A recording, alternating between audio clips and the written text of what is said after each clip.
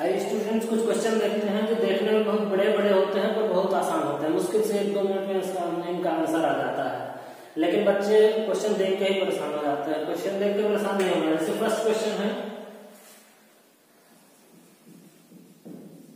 क्या है first question? Let x equals to 327.7081, then what can you say about q when x is in the form of p by q? अगर x को p by q के form में लिखा जाए तो आप q के बारे में क्या बोल पाएंगे? देखो देखने में बड़ा लग रहा है, कुछ बच्चे देखने में जाता है q के बारे में क्या बोलेंगे। बिल्कुल परेशान नहीं होना, सब 1-1 मिनट के क्वेश्चन है। तो आप देख पा रहे हैं, given that x equals to 327.7081।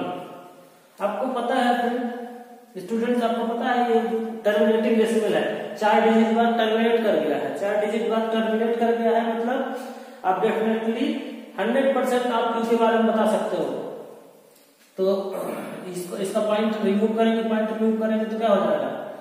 3277081 point remove कर दिया तो नीचे 1000 डिवाइड हो जाएगा, आ जाएगा आसानी से।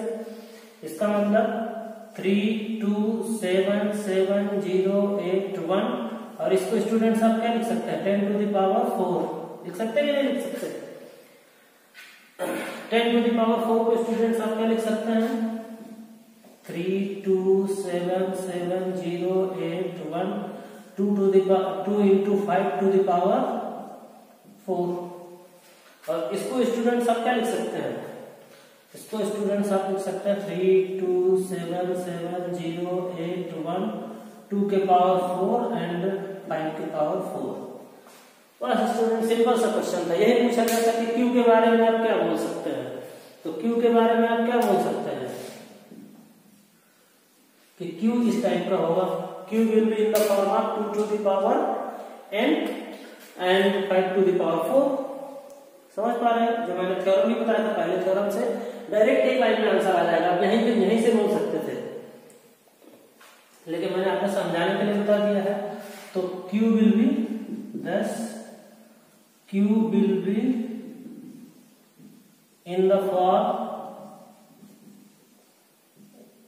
Of 2 to the power 4 and 5 to the power 4।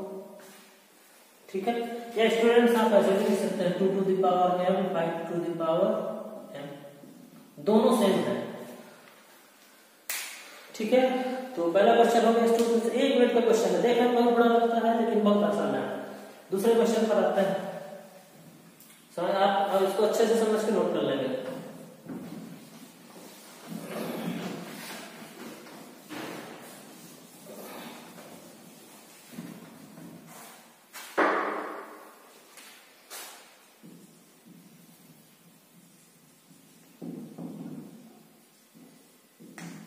दूसरा, find whether this is terminating और नॉट टर्मिनेटिंग। चेक करना है कि टर्मिनेटिंग है कि नहीं है। तो बिल्कुल आसान सा क्वेश्चन है। Let x equals to 987 divided by 10500। लेकिन मैंने स्टूडेंट्स आपको पहले क्या बताया था कि p और q में अगर कोई कॉमन फैक्टर है तो हम चेक उसको कैंसिल कर देंगे। स्टूडेंट्स आपको नीचे 0 है तो मतलब 2 और 5 से तो कैंसिल होगा, 5 से कैंसिल होने के पूरे चांस है, लेकिन इसके 3 से भी कैंसिल होने के चांस है। ऊपर वाला नंबर देख लें आप, ऊपर वाले नंबर को कैसे पता चलेगा? इतना बड़ा नंबर है तो आपको कुछ डिवीजन रूल मैंने पिछली क्लास में बताया था। इन तीनों नंबर का टोटल करते हैं। तीनों नंबर का टोटल करो, 9 + 8 कितना हुआ? 17, और 17 + 7 हुआ 24 हो गया तीनों का टोटल। मतलब 100% से 3 से डिवाइड होगा। तो ये दोनों नंबर 3 से डिवाइड हो रहे हैं। तो पहले हमें इसको क्या करना है? पहला स्टेप नहीं भूलना है। स्टेप 1 नहीं भूलना है। स्टेप 1 क्या है? Cancel out the common factors. Common factors को क्या करना है? कैंसिल करना है। अगर आप ये भूल गए, मेरी बात को आप ध्यान से, अगर आप ये भूल गए आपका क्वेश्चन 100% गलत हो जाएगा। कितना भी भयंकर क्वेश्चन हो या कितना भी आसान क्वेश्चन हो आपका गलत हो जाएगा, इसको नहीं भूलना है स्टूडेंट्स। मैं इसको 3 से डिवाइड करता हूँ तो 3 3 जा 9, 3 2 जा 6, 2 and 7, 3 9 जा 27। अगर इसको डिवाइड करते हैं 3 से, 3 3 जा 9, 1 and 5, 3 5 जा 15 and 0 0।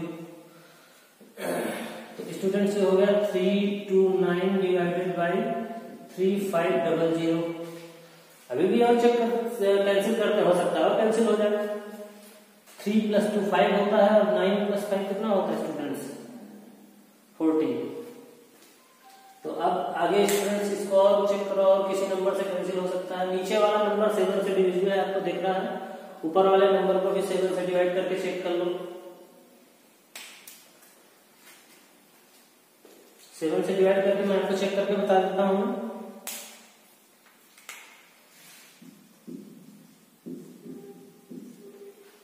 7 4 जा 28, स्टूडेंट्स कितना बचा 4 and 9, 7 4 जा 7 7 जा 49 0, मतलब 7 से डिवाइड करेंगे तो 47 आएगा और इसको 7 से डिवाइड करेंगे तो 500 आएगा। स्टूडेंट्स इस क्वेश्चन में तो आपका क्वेश्चन किसमें कन्वर्ट हो गया, क्वेश्चन कन्वर्ट हो गया x = 47/500 सिंप्लीफाई करने के बाद। After cancelling out the common factors को कैंसिल करने के बाद आपको क्या पता ये आ गया। अब इसको हम लोग फैक्टराइज कर लेते हैं। 500 को फैक्टराइज करो, 500 को फैक्टराइज करो स्टूडेंट्स। फैक्टर ट्री मेथड लगाता हूँ 5 × 100, ये तो प्राइम नंबर हो गया। 10 × 10, 2 × 5 and 2 × 5 सारे प्राइम नंबर आ गए 1 2 3 4 5। तो स्टूडेंट्स 47/2 कितना आया 2 × 5 × 2 × 5 × 2 × 5 यानी 2 के पावर 2 and 5 के power 3।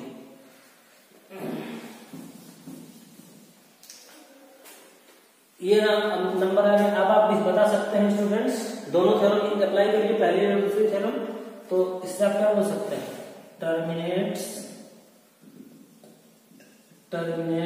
After how many digits, दोनों में किसकी पावर बढ़ी, इसकी पावर बढ़ी 3 डिजिट्स। आपसे क्वेश्चन पूछा गया था ये टर्मिनेटिंग होगा या नॉन टर्मिनेटिंग रिपीटिंग होगा। तो स्टूडेंट्स ये नंबर है, number will be terminating decimal, number will be terminating decimal and it will be terminate after 3 digit. 3 digit बाद ये क्या करेगा टर्मिनेट करेगा।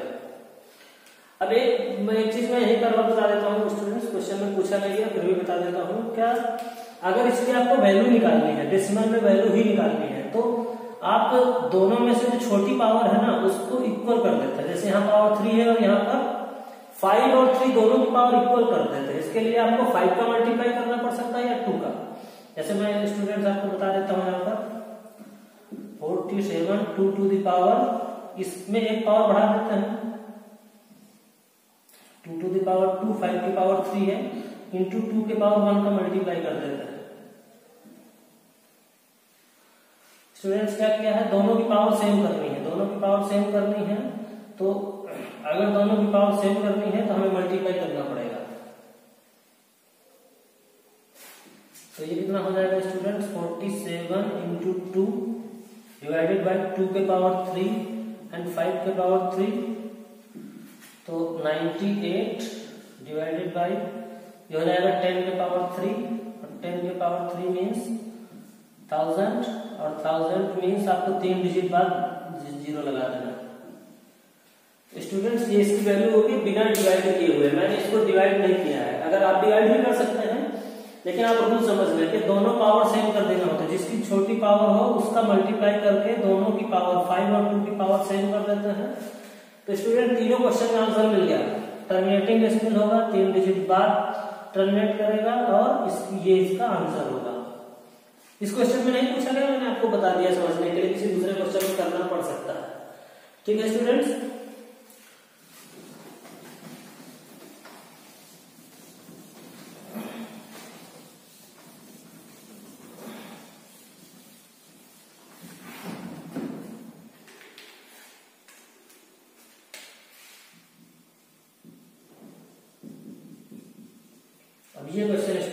देखने में कितना बड़ा लग रहा है, परेशान नहीं होना। Let x equals to 4 3.1 2 3 4 5 6 7 8 9। Students 9 इसके ऊपर बार नहीं लगा है, बार नहीं लगा मतलब टर्मिनेटिंग डेसिमल है, इसको पी बाई क्यू के फॉर्म में एक्सप्रेस करना है, तो इसका पॉइंट हटा दो। पॉइंट हटा दोगे तो क्या होगा, नीचे 10 टू द पावर 9 का मल्टीप्लाई हो जाएगा, 10 टू द पावर 9 का मल्टीप्लाई हो जाएगा, मतलब 4 3 1 2 3 4 5 6 7 8 9 डिवाइडेड बाय इसके फैक्टर कर दो, 2 कर 2 to the power 9 and 5 to the power 9 p upon q के फॉर्म में आ गया।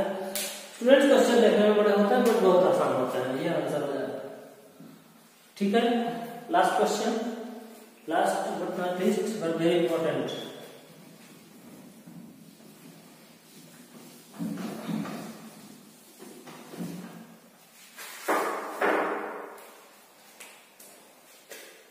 इसको आपको पी बाई क्यू के फॉर्म में, फ्रेंड्स ये रिपीटिंग डेसिमल है, ऐसा डेसिमल है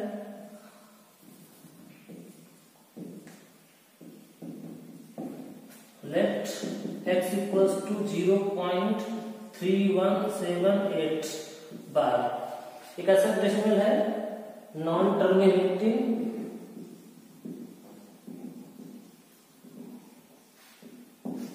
एंड रिपीटिंग। रिपीटिंग में भी स्टूडेंट्स मैं आप बता देता हूं, रिपीटिंग ग्रुप ऑफ 4 डिजिट्स। कितने डिजिट रिपीट हो रहा है, 4 डिजिट रिपीट हो रहा है। तो इस टाइप के क्वेश्चंस कैसे करते हैं स्टूडेंट्स, क्लास 9 में मैंने आपको बताया था, फिर भी एक बार बता देता हूं। जितने इसको एक बार लिख लेते हैं, इसको आप ऐसे लिख सकते हैं x इक्वल्स टू 0.31783178 इस टाइप से आप लिख सकते हैं। जितने डिजिट रिपीट कर रहे हैं फ्रेंड्स दोनों साइड में, उससे मल्टीप्लाई कर देते हैं। 4 डिजिट रिपीट कर रहे हैं तो 10 टू द पावर 4 का मल्टीप्लाई कर देंगे, मल्टीप्लाइंग बाय 10000 और इसे क्या लिखेंगे 10 टू द पावर 4। स्टूडेंट्स जब बहुत ज्यादा नंबर हो तो ऐसे लिख सकते हैं ऑन बोथ साइड्स, दोनों साइड से मल्टीप्लाई कर देंगे। स्टूडेंट्स इससे मल्टीप्लाई करेंगे तो क्या बचेगा, क्या बन जाएगा, इतना x हो जाएगा इक्वल्स टू। जब आप फ्रेंड्स इस नंबर में इससे मल्टीप्लाई करोगे तो ये point 4 digit right hand side में मूव कर जाएगा। कितना डिजिट मूव करेगा, 4 डिजिट। इसमें मल्टीप्लाई करना है, इसे इस तरह से आप देख सकते हैं। अगर कहीं पर लिखा हो 0.12345, अगर आप इसमें 100 से मल्टीप्लाई करते हैं तो क्या होगा स्टूडेंट्स, 1234500 होगा और पॉइंट कितने डिजिट बार लगेगा, 5 डिजिट बार, तो आपका पॉइंट 2 डिजिट मूव हुआ। अगर 100 से मल्टीप्लाई करते हैं तो 2 डिजिट। इसी तरह से 10,000 से कर रहे हैं तो 4 डिजिट मूव हो जाएगा। ये 4 डिजिट मूव होगा तो कितना बचेगा, 3178.3178। और फ्रेंड्स ये नंबर कंटिन्यूअसली रिपीट होता है, आप चाहें तो इसको दोबारा लिख सकते हैं।